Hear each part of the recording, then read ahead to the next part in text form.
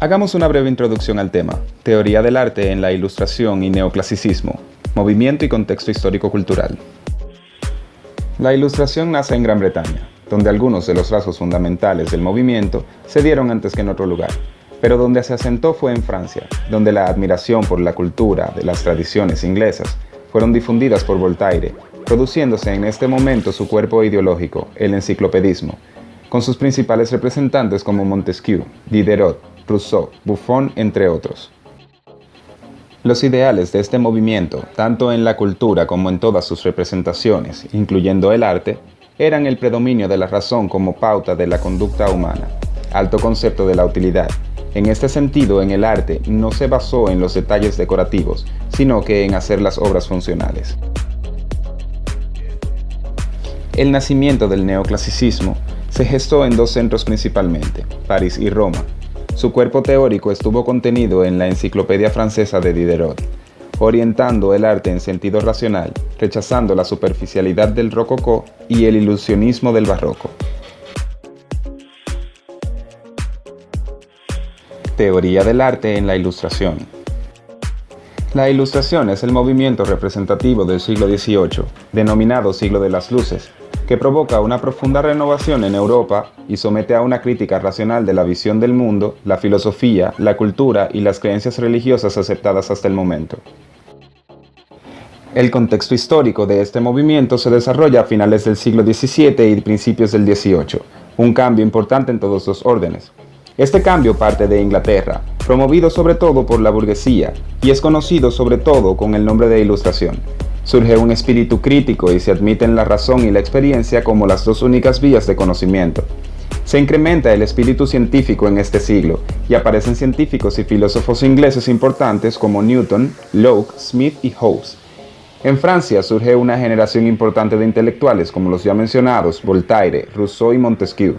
En este país aparece también en esta época la primera enciclopedia por Diderot, que se considera una de las causantes de la Revolución Francesa. En España se promueven varias reformas en el siglo XVIII, pero sin demasiado éxito por la oposición del clero, de la nobleza y de los propios destinatarios. El pueblo llano, que manipulado por la Iglesia seguía anclado en la tradición y mantenía el espíritu contrarreformista contra las ideas inglesas y francesas. La literatura ilustrada es fundamentalmente didáctica y crítica. El género dominante es el ensayo, por prestarse admirablemente a los propósitos de los ilustrados. Los principales ensayistas fueron Fouillou, Cadalso y Jovelano. Otros géneros literarios, como la prosa de pura creación artística, no son tan cultivados en este siglo. Dentro de la creación literaria del siglo XVIII se distinguen dos etapas principales, barroquismo y antibarroquismo. Son dos tendencias literarias enfrentadas que conviven en la primera mitad del siglo. Durante la Ilustración, las artes se dividen en dos grupos, bellas y mecánicas. El concepto de bellas artes ya había sido utilizado con anterioridad, pero solo tomó una forma definitiva y clara gracias a las clasificaciones que hace Charles Patton a mediados del siglo XVIII. Para él eran 5 las artes que formaban este grupo: música, poesía, danza, escultura y pintura, pues todas ellas se proponían agradar, así como imitar la naturaleza, es decir, todas ellas son valoradas por su belleza. Por ello, el arte estaba dividido fundamentalmente en dos grupos. Se acabó añadiendo un tercero que tenía una función intermedia, siendo en él importante tanto el deleite como la utilidad. Panorama histórico-social de la Ilustración de Immanuel Kant. El objetivo de Kant es la creación de una filosofía esencialmente crítica, en la cual se establecen las posibilidades de la razón humana. Este objetivo es el de un racionalismo que se proponga, en primer lugar, la elaboración del concepto mismo de la razón. Kant identifica este racionalismo con el iluminismo. Ve en la razón un órgano eficaz para la guía de la conducta humana en el mundo. Se pueden distinguir 3 fases del pensamiento de Kant. Primer pensamiento precrítico, hasta 1760. Prevalece el interés por las ciencias naturales, durante el cual sigue las huellas del pensamiento dominante en los primeros decenios del siglo XVIII. Segundo pensamiento crítico, hasta 1781, año en que se publica su obra principal, Crítica de la razón pura. Se determina su orientación hacia el empirismo inglés y el criticismo. Esta obra producirá el inicio de un nuevo estilo de pensamiento que lleva a Kant a concentrarse sobre la crítica de la razón pura. Se inclina por una concepción de la metafísica como la ciencia de los límites de la razón humana y no como un sistema de saber. Tercer periodo, pensamiento poscrítico desde 1781 hasta su muerte, que es el de la filosofía trascendental. Kant se encuentra con el problema de la metafísica y las grandes cuestiones, Dios, la libertad y la inmortalidad. En Fundamentos de la metafísica de las costumbres, establece que el hombre es moral, se siente responsable y por tanto libre. Lo único bueno sin restricción es la buena voluntad, ya que es buena en sí misma, con independencia de los frutos que se logren al ponerla en acción. Neoclasicismo. El neoclasicismo surgió en el siglo XVIII y era el movimiento estético que reflejaba en las artes los principios intelectuales de la Ilustración. Ya que los cánones del clasicismo decaían por el desgaste de las culturas barrocas, se buscaba restaurar el gusto y las normas de este. El neoclasicismo trataba de imitar los estilos utilizados antiguamente en Grecia y Roma, conocidos por influencia de algunos estudios arqueológicos que se hicieron, como los de Pompeya. Entre las características de la literatura del neoclasicismo se encuentra la razón, que era más importante que los sentimientos que nos expresaban. La obra debía ser didáctica.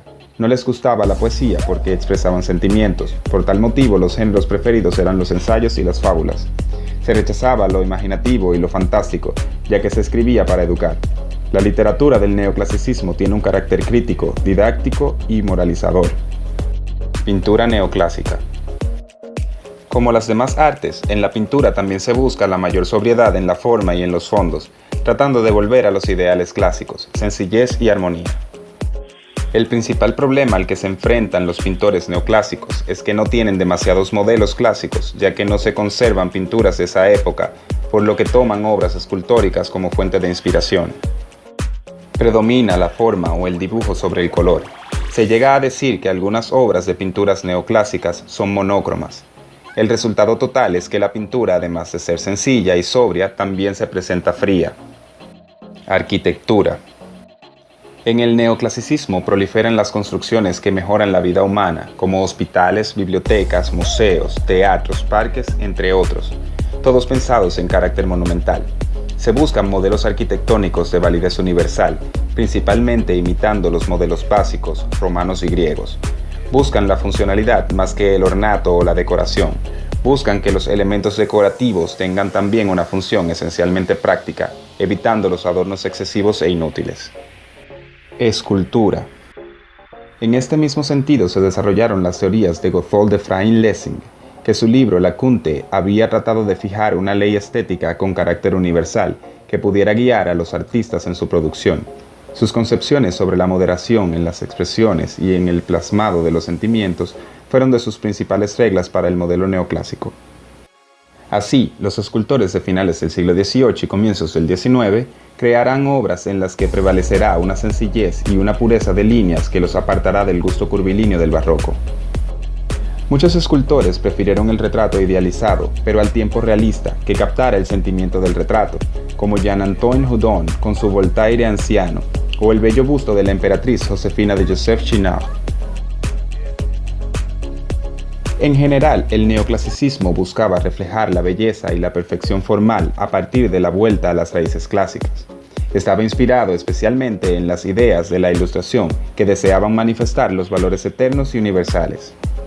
Este agregó a la pintura un valor didáctico y moralizante, considerado imprescindible el conocimiento científico de las fuentes clásicas.